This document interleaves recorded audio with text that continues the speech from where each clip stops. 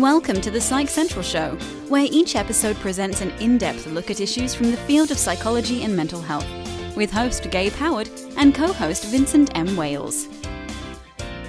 Welcome, everyone, to this week's episode of the Psych Central Show podcast. My name is Gabe Howard, and with me, as always, is Vincent M. Wales. And this week, we are going to discuss anger. All right. What do you want to discuss about anger? All of it. All of it. All of it. Vin, anger is one of these things that everybody has. Mm-hmm. Everybody gets angry. Mm-hmm. Everybody has feelings on anger. Some people believe that anger is a moral value. Anger is a very disrespected emotion. But I would have to say that the one thing that I can almost unequivocally guarantee is that nobody understands anger.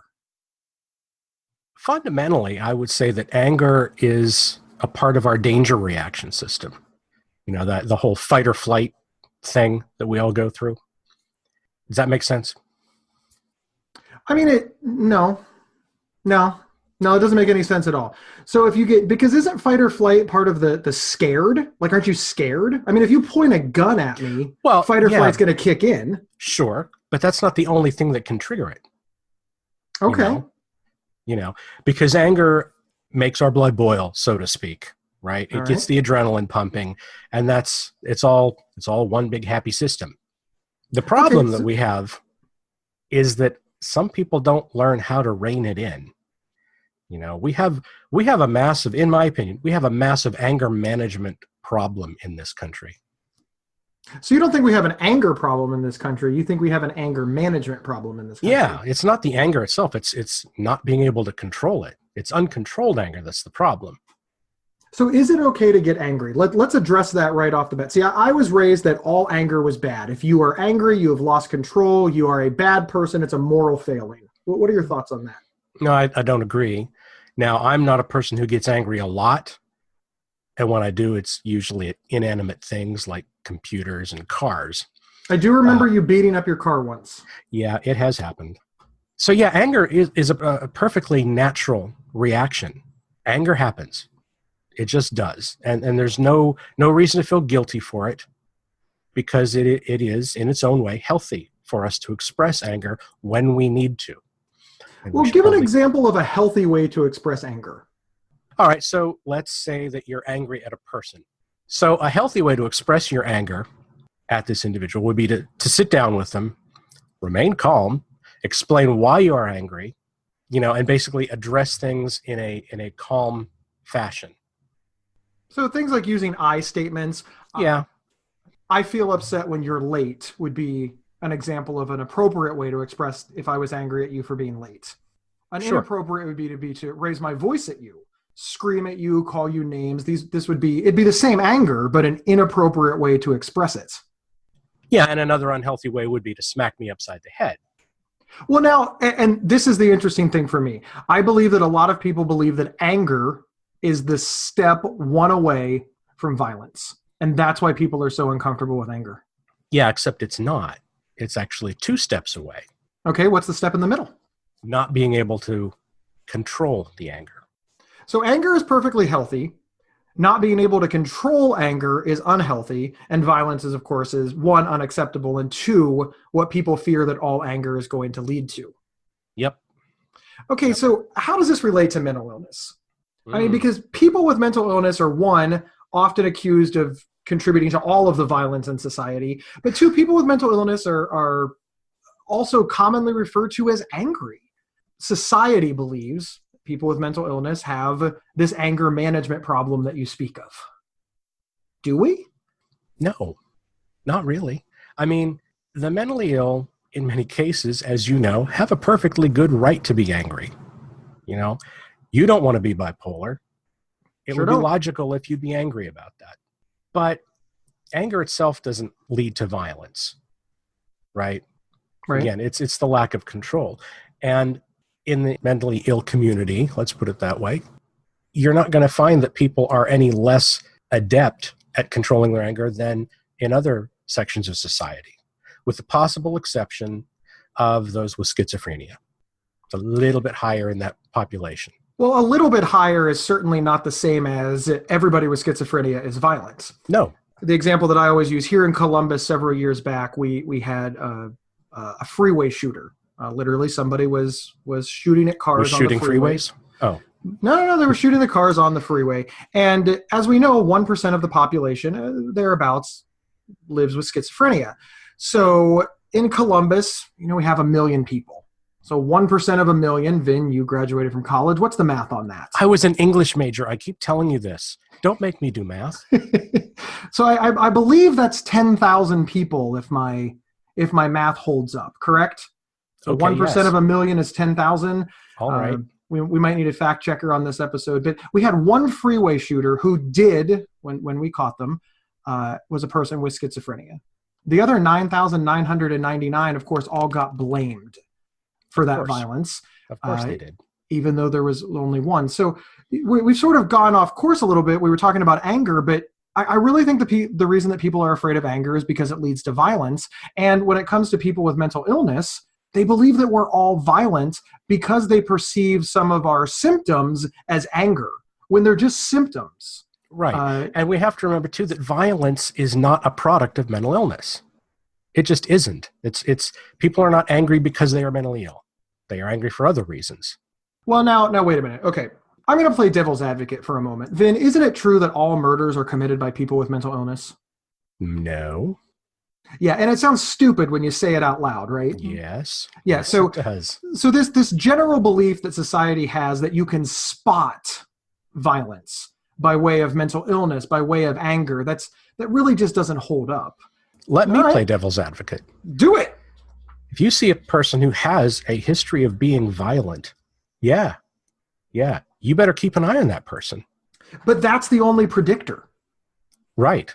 That's it. You hit the nail on the head. The only thing that predicts future violence is past violence. Mm-hmm. Anger issues don't predict it. Mental illness doesn't predict it. Race, color, gender, none of that predicts it. But our society believes it does. But you will also find that violent people are violent because they have anger management failures. They haven't learned the skills that we were all supposed to learn as children to control things, to balance things out, to allow the more rational part of our mind to take over rather than emotion. Vin, I have much to say on this, but we're going to step away for a moment to hear from our sponsor, and we'll be right back. This episode is sponsored by BetterHelp.com. Secure, convenient, and affordable online counseling. All counselors are licensed, accredited professionals. Anything you share is confidential. Schedule secure video or phone sessions, plus chat and text with your therapist whenever you feel it's needed. A month of online therapy often costs less than a single traditional face-to-face session. Go to BetterHelp.com/Psych Central and experience 7 days of free therapy to see if online counseling is right for you. BetterHelp.com/Psych Central. Hey everyone, you're going to hear me say this in my show a lot for the next couple of months, but we're taking a survey of our listeners, and we would love it if you could participate. It will help us learn more about you, no matter how long you've been a listener or how frequently you listen to this show. So please take a minute and visit our website at psychcentral.com/show. You'll find the listener survey link right on that homepage or inside any of the World of Psychology links, and you can complete the survey anonymously. It's a lot of fun. We would appreciate it, and hey, you might win a prize. Thanks. All right, welcome back. We are talking about anger issues here. And Gabe, before the break, you said that there was something that you wanted to angrily speak about. Well, first off, I like anger, and hang on, I know that I have a mental illness, but see, to me, anger is the first step towards passion, and it's the first steps towards passion because when I am angry about the way that I am treated, I become passionate to change it. I am angry by the way people with mental illness are treated. I am very angry about it. And to your point about controlling that anger, I have turned that inward and learned to write about it, speak about it, educate the public, and to get people to understand that I am a person who lives with bipolar disorder.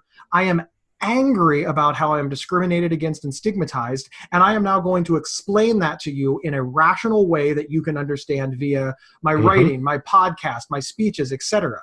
You're taking anger, which is something that a lot of people regard as a negative thing, and you are turning it into something very positive. That's fantastic. It propels my passion forward. I believe that anger is almost always the first step.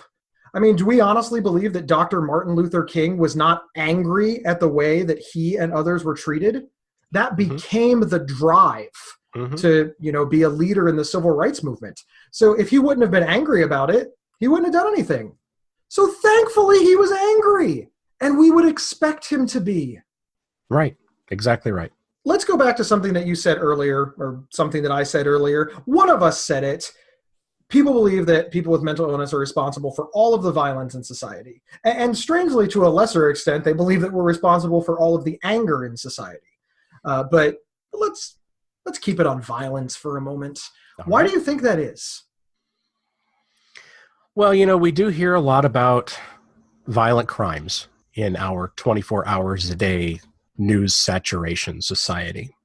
We hear about things such as school shooters, and that the perpetrators were mentally ill, had mental health issues or something like that. So it's kind of understandable that we might make that association as baseless as it is, because we just hear it so often. But the thing is, it's still a very, very, very tiny percentage of violent crime. In fact, a gentleman at the Substance Abuse and Mental Health Services Administration, Paolo Del Vecchio, said, and I quote, "Violence by those with mental illness is so small that even if you could somehow cure it all, 95% of violent crime would still exist." Well, but doesn't that just mean that those 95% just haven't been diagnosed with a mental illness yet?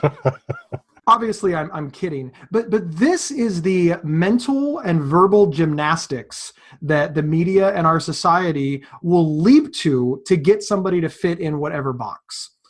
There was a school shooter. I'm not going to say the person's name or the particular school shooting, but this particular person had autism. That is not mental illness. It's just not. However, they decided that to fit the box that he was mentally ill, autism and that news cycle only suddenly became a mental illness. Now he checks the right box.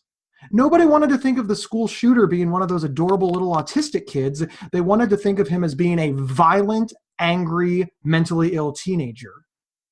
That's how the story was crafted. Of course it's more newsworthy, but this is the problem. And before we go any farther, I want to say people with autism are not dangerous. They are not. This was an isolated case of somebody who just happened to be autistic. Exactly. And people with mental illness are not dangerous either, as you and I have said many, many times. Right?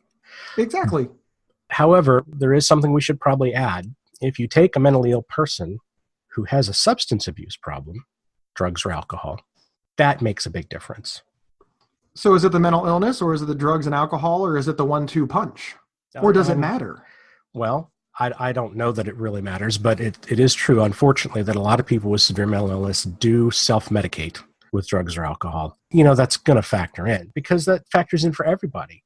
Joe Blow, who gets into a drunken bar brawl, would not be in that bar brawl if he wasn't drunk, right? We hear that all the time. Right. He's very, very sorry he was drunk when it happened. Yep, as if that's some sort of an excuse. Well, it's a mitigating factor for men. Whenever a man says, I was drunk and that's why I shouldn't be held responsible, it seems to mitigate what they did wrong.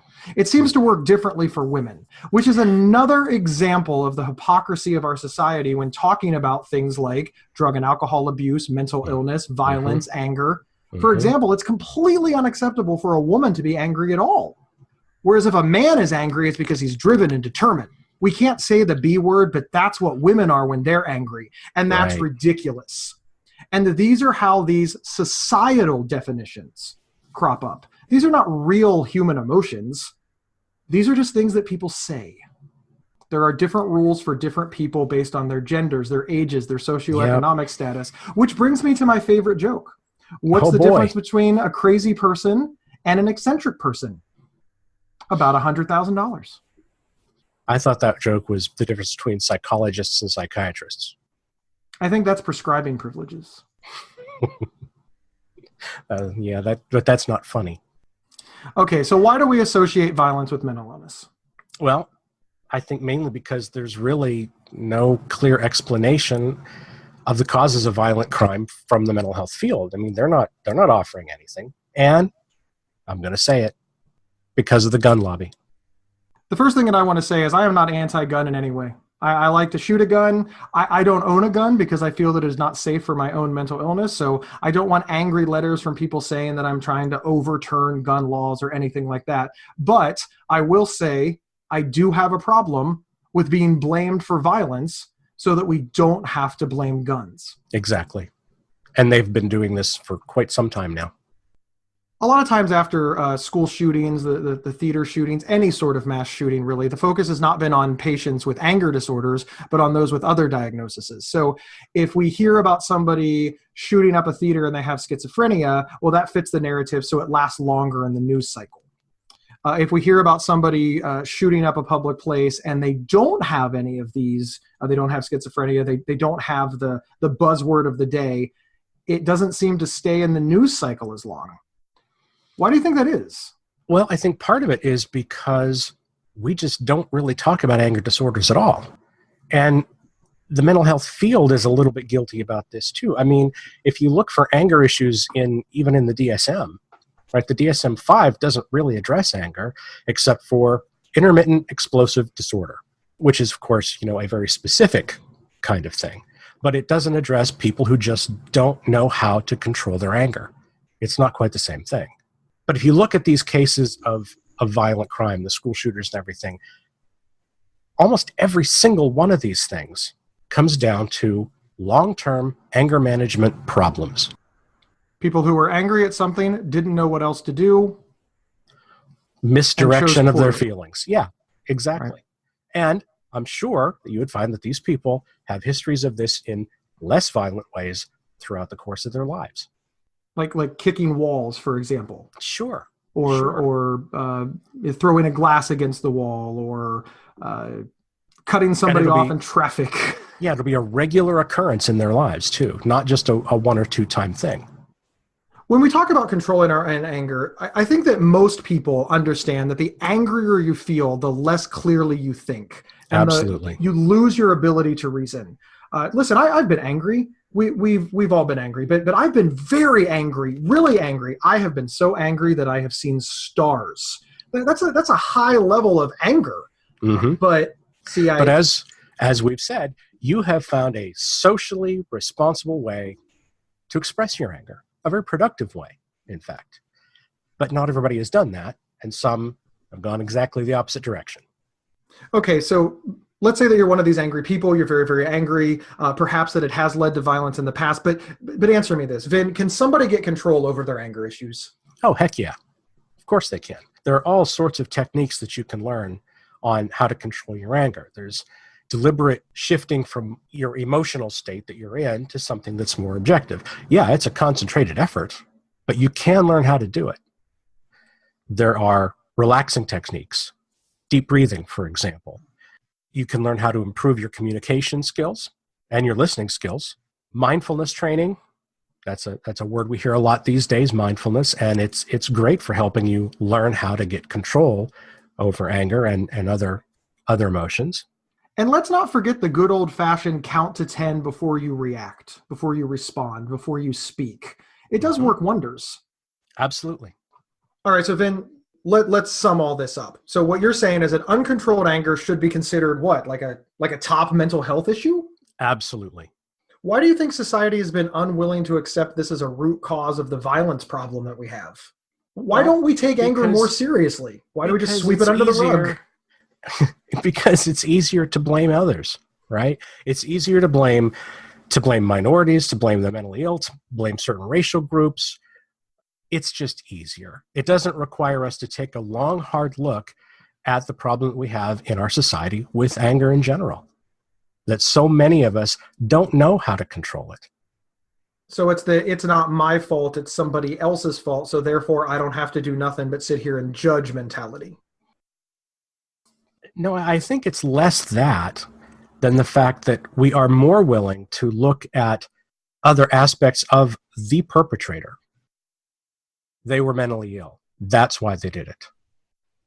They are fill in the blank, and that's why, because those people are just more like that.